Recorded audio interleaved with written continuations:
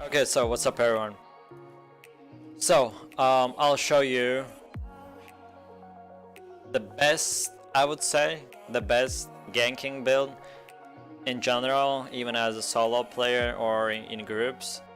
As we right now know, it's kind of hard for a solo player to kill, especially when there isn't as many people, and if there is someone, then either way you get really lucky if you can get a kill, or you just don't get a kill because everyone has really good mounts and other things like that. Within groups it's a lot easier, but still this build is viable for both of those things. So of course there's few exceptions that in groups it's a bit better or not. So the thing is, usually what I bring is exactly this. So the first thing with my inventory starting, I have healing potions too. If I see a 1v1, I'll bring one healing potion on me. If I see a guy challenging me, or I'm going into the dungeon, in a solo man dungeon, I usually bring healing potions because that can do more and save me more in a 1v1 than a poison potion. So usually I bring one or two, then I bring few tier 4 poisons, tier 6 and tier 8. So then I usually have on me tier 6 ones. If I gank with someone and we run out of, then we just use flat 4s, but usually we don't use that. The main thing we use six tier 6 poison potions. And when we see a tier 8 armor or tier 7 armor, something really expensive, I don't know, a mammoth or whatever, I just swap really fast to tier 8 poison because it's a lot better as well. Then I have a great nature staff on me. If I get dismounted or we see a 5v5 and we don't have a healer, I usually put my healing staff on and then I turn into a healer. And if all your usually if you gank with 3 or 4 people and then you see a 3 or 4 reds and everyone at least picks up a flat 4 great nature staff, you can easily kill them with the poison and with the living armor on you guys. So this is what I usually run with, of course, the loot, and then I usually either way put in one of our territories or I put in war camps and stuff. So then I have a tier 6 bag just for more loot to bring. Then I usually run omelets, so my cooldowns are faster, so I can catch up to those bloodletters, gatherers and stuff. So for a bloodletter I usually use 6-1 gear. I'm thinking of in future use 7-1, but for now usually we bring 6-1 gear, and of course direwolf. In my opinion, to get almost, so basically you can get like with 2 people, like if these 2 builds run or whatever, 2 smart people, we can dismount anyone, even tier 8 armor horse and stuff. Only what is hard is a direwolf. If it's really if the guy knows what he's doing, it's hard to dismount a direwolf if you don't get a hit. So yeah, I run a bloodletter. So what I do is assassin spirit. If you don't really want to level up this, you can just run sudden armor. Assassin spirit, in my opinion, is better. It increases my normal attack damage as well as attack speed.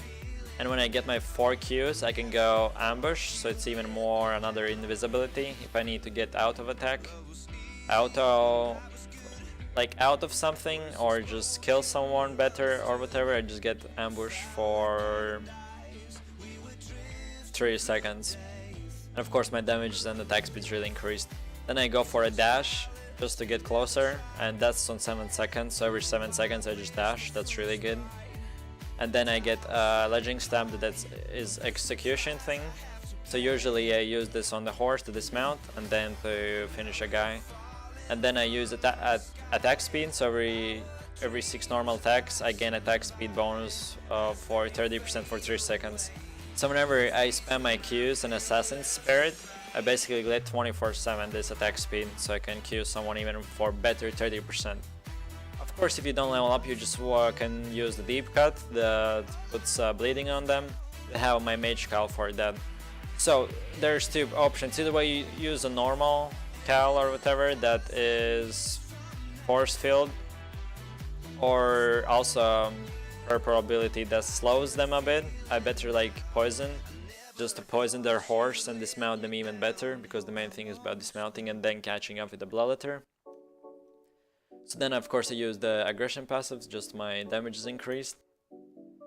As well, yeah, sometimes people use this cast speed if they use like a frost or whatever, but when we are using blow letter, aggression is the best thing. Then we use ambush, so if you need to get out of anything, so if you are in trouble, or we see a guy and we ambush and go to him closer, and then of course we quick thinkers or cooldowns are reduced. And then we run a hunter shoes, so this hunter shoes are, you can use 2 boots, the way soldier's boots. That I would say soldier's boots are better for solo ganking, and hunter shoes are better for group ganking, because that rush you can really catch up to almost any horse, even with the gallop.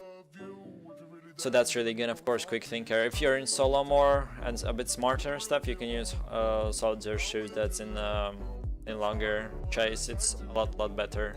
And then as well assassin's jacket for solo player to get in ambush and stuff, and maximize your damage by 50% if you're in 1v1.